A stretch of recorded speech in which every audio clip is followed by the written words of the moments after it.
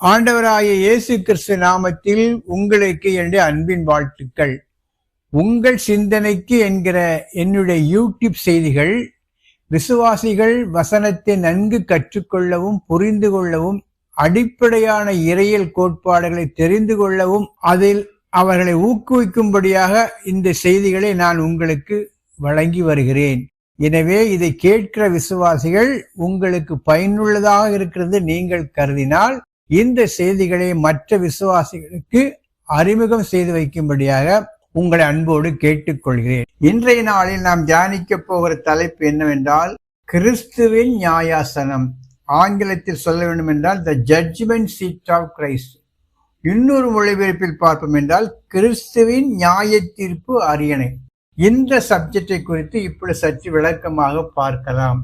கடந்த பதிவில் நாம் தியானித்த காரியம் என்னவென்றால், வேதத்தில் 2 வகையான நியாய தீர்ப்புகள் இருக்கிறது என்பதை குறித்து தியானித்தோம். ஒன்று என்னவென்றால் தி ஒயிட் த்ரோன் ஜட்ஜ்மெண்ட், வெள்ளை சிங்காசன நியாய தீர்ப்பு. இன்னொன்று இந்த கிறிஸ்துவின் நியாயாசனம். இந்த வெள்ளை சிங்காசன நியாய தீர்ப்பில் யாரெல்லாம் பங்கு பெறுவார்கள் என்றால், ஜீவ புத்தகத்தில் பேர் எழுதப்படாதவர்கள் யாரெல்லாம் இருக்காங்களோ அவங்க தான் இந்த வெள்ளை சிங்காசன நியாய தீர்ப்பில் கலந்து கொள்வார்கள். இதுதான் உலகத்தில் இறுதியில் நடக்கக்கூடிய காரியம். இந்த கிறிஸ்துவின் நியாயாசனம் என்பது எப்பொழுது நடக்கும் என்றால், இயேசு கிறிஸ்துவனுடைய ரகசிய வருகைக்கு பிறகு, சபை எடுத்துக்கொள்ளப்பட்ட பிறகு நடக்கும் என்று நம்புகிறோம்.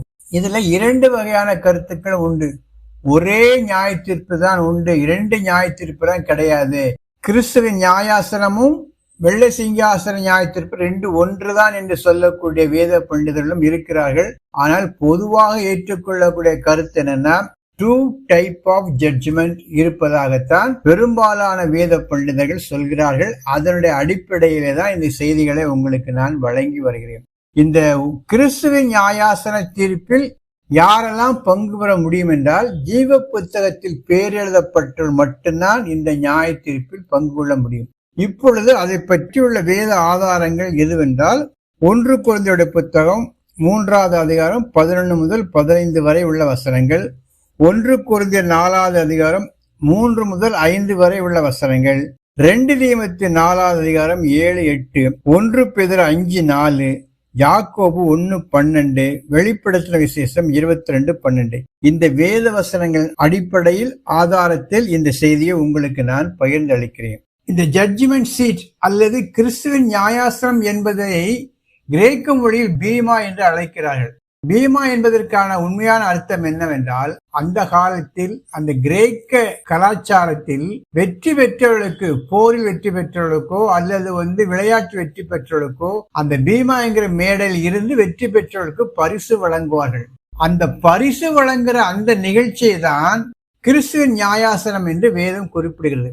என்ன அர்த்தம் என்றால், கிறிஸ்துவின் நியாயாசனம் என்பது ஒரு பரிசு வழங்குகிற ஒரு நிகழ்ச்சி, பிரைஸ் அவார்டிங் செரிமனி.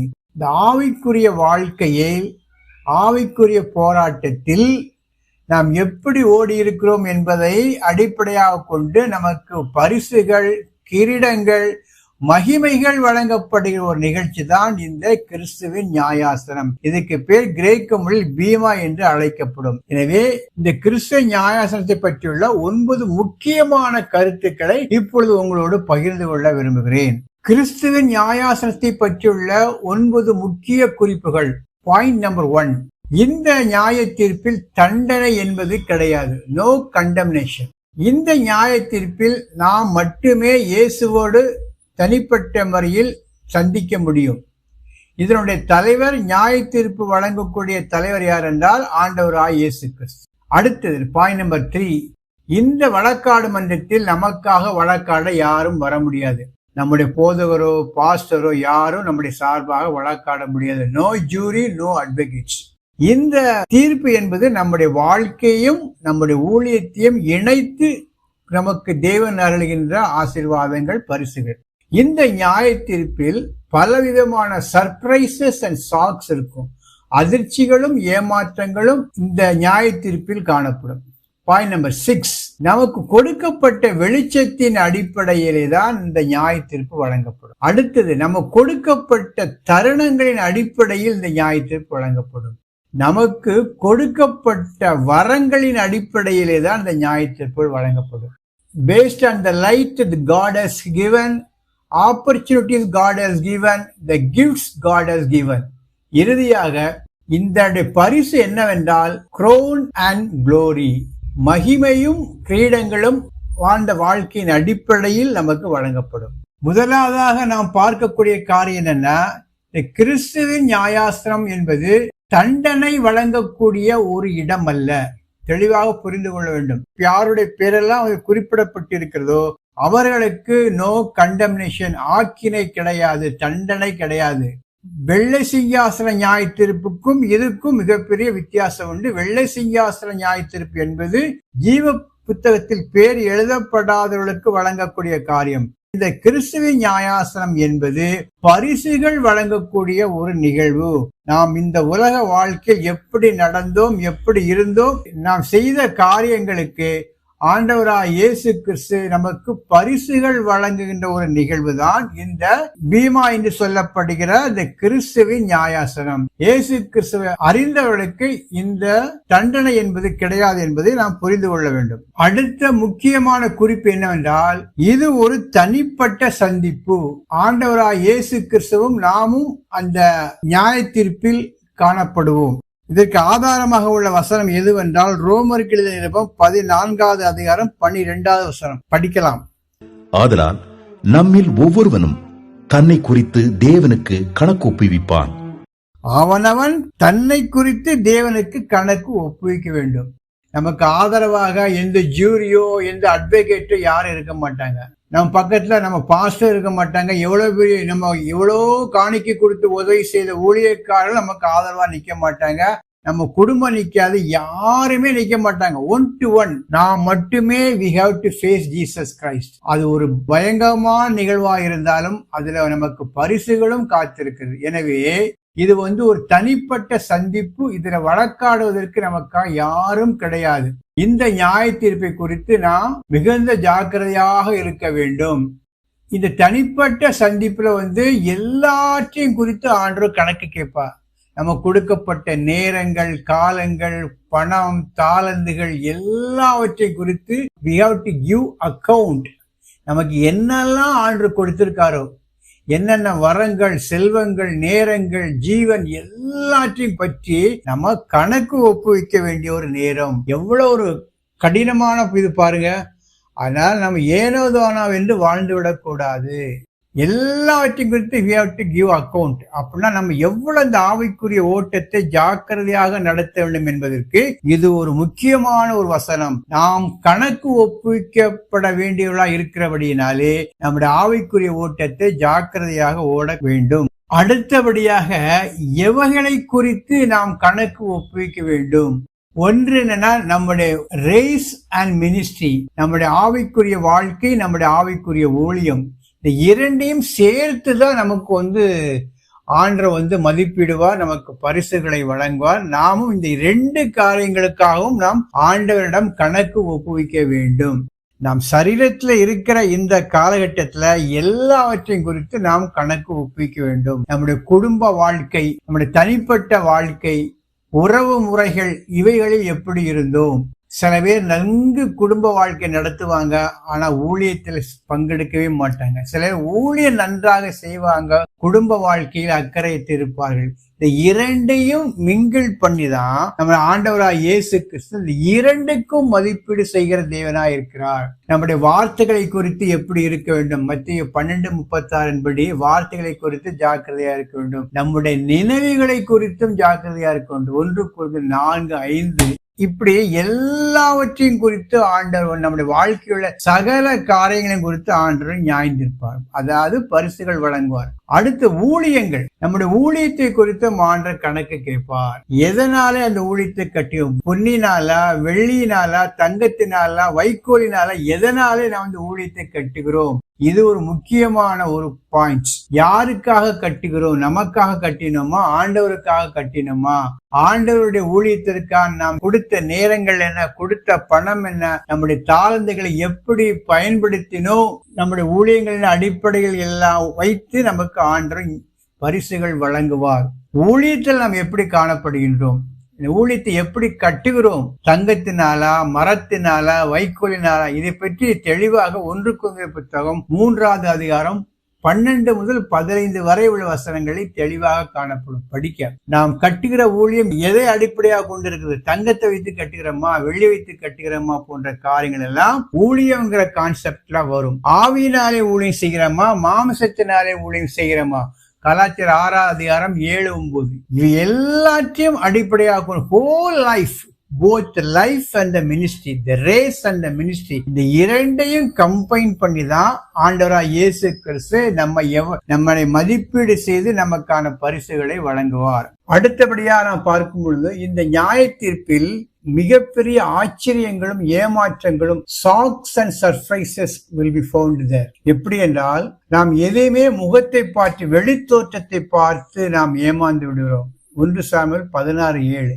ஆனால் ஆண்டவர் அப்படி இல்லை. ஆண்டவர் உள்ளங்களை அறிந்து அதனுடைய செயல்களின் அடிப்படையில் நமக்கு பரிசுகளை வழங்குவார். மத்திய 7வது அதிகாரம் 22, 23 படிச்சு பார்க்கும் பொழுது, கடைசி நாட்களில் உம்முடைய நாமத்தினாலே நாங்கள் தீர்க்க தரிசனம் செய்தோமே, அதிசயங்கள் செய்தோமே என்று சொல்லும் பொழுது உங்களை நான் அறியேன் என்று சொல்லக்கூடிய சூழ்நிலைகளும் காணப்படும். மிகப்பெரிய ஏமாற்றங்கள்லாம் நடைபெறும். நாம் இன்றைக்கு பார்க்கிற மிகப்பெரிய ஊழியக்காரர்கள், மிகப்பெரிய கடவுளுக்காக காரியம் சாதித்தவர்களுக்கெல்லாம் மிகப்பெரிய வெகுமதி கிடைக்கும் என்று நாம் எண்ணுகிறோம். சில வேளைகளில் அது நடக்காமலும் போகலாம். நடக்கட்டும், ஆனால் எல்லா நேரங்களிலும் அப்படி நடக்கும் என்று சொல்ல முடியாது. மத்திய 7வது அதிகாரம் 22, 23 அதுக்கு சிறந்த உதாரணம். அடுத்தபடியா பார்க்கும் பொழுது இன்ப அதிர்ச்சிகளும் இருக்கும்.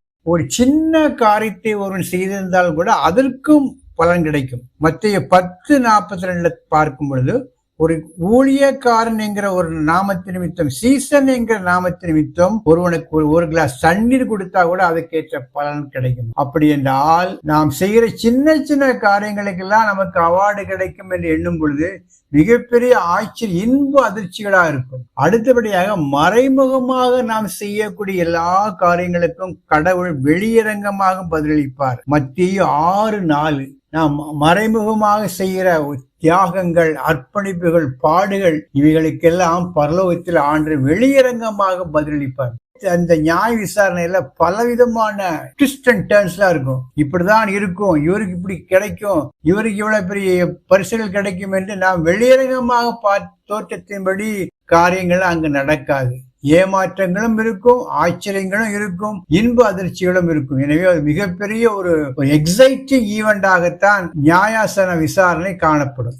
அடுத்தபடியாக இந்த நியாய விசாரணை எதனுடைய அடிப்படையில் நடக்கும் என்றால் 3 காரியங்கள் அடிப்படையில் நடக்கும் என்று சார்ல்ஸ் ஸ்டான்லி என்கிற மிகப்பெரிய எழுத்தாளர், வேத பண்டிதர் கூறுகிறார். தேவன் நமக்கு கொடுத்த வசன வெளிச்சத்தின் அடிப்படையில், நமக்கு தேவன் அருளிய தருணங்களின் அடிப்படையில், 3வது தேவன் நமக்கு கொடுத்த தாளந்துகள், வரங்களின் அடிப்படையில், the light that God has given, the opportunity that God has provided and the gifts that God has given. இந்த 3இன் அடிப்படையில் நாம் எப்படி செயல்பட்டோம் என்பதை வைத்துதான் அவருடைய நியாய விசாரணை இருக்கும். நமக்கு பரிசுகள் வழங்கப்படும். லூக்கா 12வது அதிகாரம் 47, 48 படிச்சு பார்க்கும் பொழுது இது நமக்கு தெளிவாக தெரியும். நமக்கு எப்படிப்பட்ட வெளிச்சத்தை கொடுத்திருக்கிறார், அந்த வெளிச்சத்தின்படி நம்ம நடந்தோமா, அதுக்கு உண்மையாக இருந்தோமா, கீழ்ப்படிந்தோமா என்கிற அடிப்படையில் நமக்கு பரிசுகள் வழங்கப்படும். நமக்கு கொடுக்காத ஒரு வெளிச்சத்தை குறித்து, தரிசனத்தை குறித்து நம்மிடம் ஆண்டு கேள்வி கேட்க மாட்டார். நமக்கு என்ன வெளிச்சம் கொடுக்கப்பட்டிருக்கோ அதனுடைய அடிப்படையிலே தான் கடவுளுடைய நியாய விசாரணை இருக்கும். அடுத்தது என்னன்னா, நமக்கு கொடுக்கப்பட்ட தருணங்கள், the opportunities God has given, எந்தெந்த வாய்ப்புகள் நமக்கு கொடுத்திருக்கிறாரோ அதை எப்படி பயன்படுத்துகிறோம், அதனுடைய அடிப்படையிலே தான் நமக்கு பரிசுகள் வழங்கப்படும். நமக்கு வழங்காத ஒரு தருணங்களை கொடுத்து, நான் இப்படி கடவுள் எனக்கு வாய்ப்பு கொடுத்திருந்தால் இப்படி ஆயிருப்பேனே, இந்த சான்ஸ் கிடைச்சிருந்தா இவ்வளவு பெரிய காரியங்கள் சாதிச்சிருப்பேனே என்பதெல்லாம் புலம்புவதை விட்டு நமக்கு கைக்கு வாய்ச்சது எதுவோ, கைக்கு என்ன கடவுள் கொடுத்திருக்கிறாரோ அதனுடைய அடிப்படையில தான் நியாய தீர்ப்பு இருக்கும். அருமையான ஒரு காரியம். நம்ம அதை செய்ய முடியலையே, இதை செய்ய முடியலையான்னு சொல்லி ஒரு ஆதங்கம் இருக்கும். ஆனா வாய்ப்பை கருத்து கொடுத்திருக்கவே மாட்டேன், இதெல்லாம் கொடுத்திருந்தா நான் செஞ்சிருப்பேனேன் என்று புலம்பக்கூடிய அநேக நேரங்கள் வரும். ஆனால் அப்படி இல்லை. நமக்கு என்னென்ன வாய்ப்புகள் தந்திருக்கிறாரோ அதை எப்படி செயல்படுத்துகிறோம், எப்படி நடத்துகிறோம் என்பதை பற்றி தான் நமக்கு நியாய தீர்ப்பு பரிசுகள் வழங்கப்படும். இதை குறித்து மத்திய 25வது அதிகாரம் 14 முதல் 30 வரை உள்ள வசனங்கள் தாளந்துகளை குறித்து, 1 தாளந்தோ 2 தாளந்தோ 5 தாளந்தோ இவளை குறித்து தெளிவாக ஆண்டு சொல்லியிருக்கிறார். அடுத்ததான் தாளந்துகளை குறித்து, இந்த வரங்களை எப்படி பயன்படுத்துகிறோம், 1 தாளந்து வச்சவன் எப்படி பயன்படுத்துறான், 2 தாளந்து 3 தாளந்து, தாளந்தே இல்லாதவன் யாரும் கிடையாது. ஒவ்வொருவருக்கும் ஒரு தாளந்து கிஃப்ட் கொடுத்திருக்கிறார். அந்த கிஃப்டை நம்ம எப்படி பயன்படுத்துகிறோம், இதனுடைய அடிப்படையிலும் நமக்கு நியாய தீர்ப்பு பரிசுகள் வழங்கப்படும்.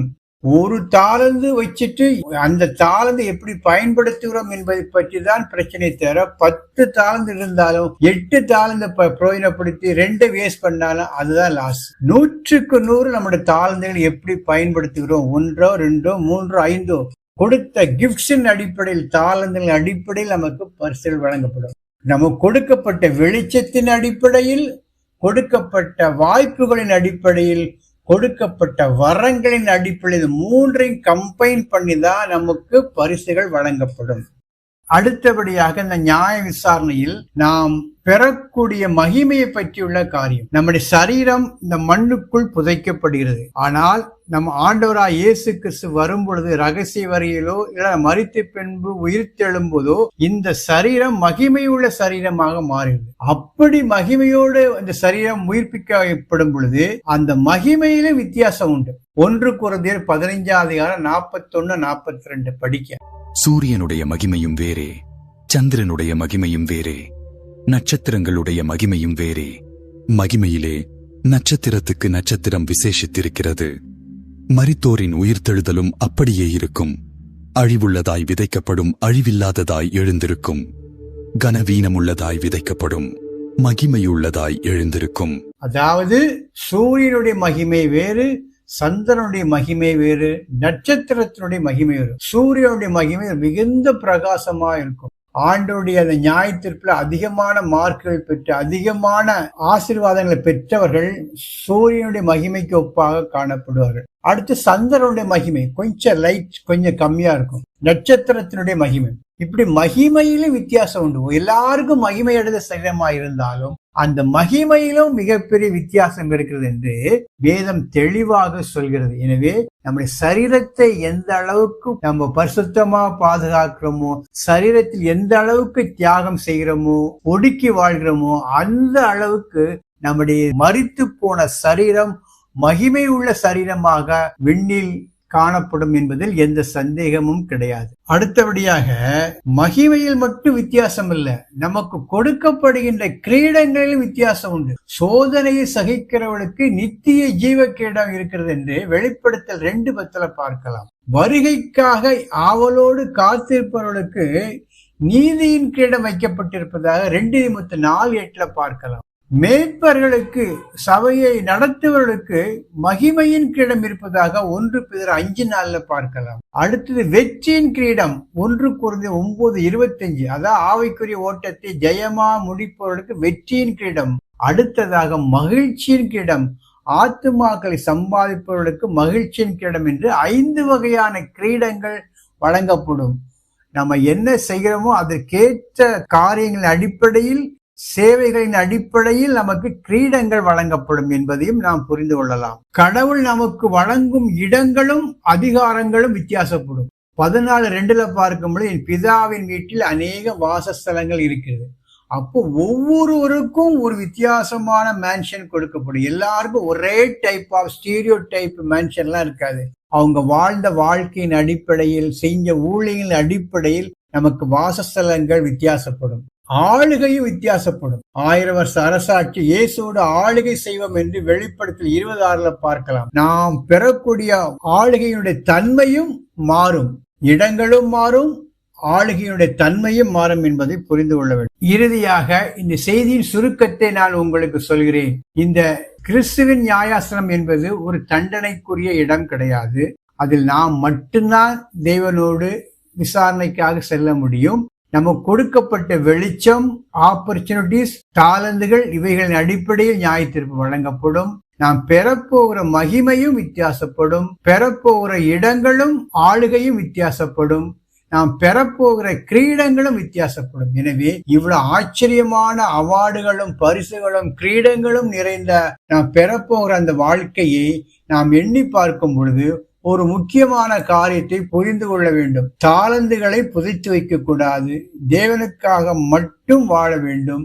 மறைவிலும் விசுவாசமாக நடக்க வேண்டும். ஆண்டோட வருகையை ஆவலோடு எதிர்பார்க்க வேண்டும். இந்த காரியங்கள்லாம் நாம் செய்தால் நிச்சயமாக நமக்கு மகிமையும் பிரகாசமா இருக்கும், ஆளுகையும் சிறப்பாக இருக்கும், நாம் பெறப்போகிற இடமும் சிறப்பாக இருக்கும். கர்த்தர் இந்த செய்தியை ஆசீர்வதிப்பாராக. இந்த செய்திகள் உங்களுக்கு பிடித்திருக்கும் என்றால் லைக் பண்ணுங்க. இந்த ஊழியத்திற்காக ஜெபித்துக் கொள்ளுங்கள். கர்த்தருடைய பரிசுத்த நாமம் மகிமைப்படுவதாக. கர்த்தருடைய பணியில் எசேக்கியேல் சண்முகவேல்.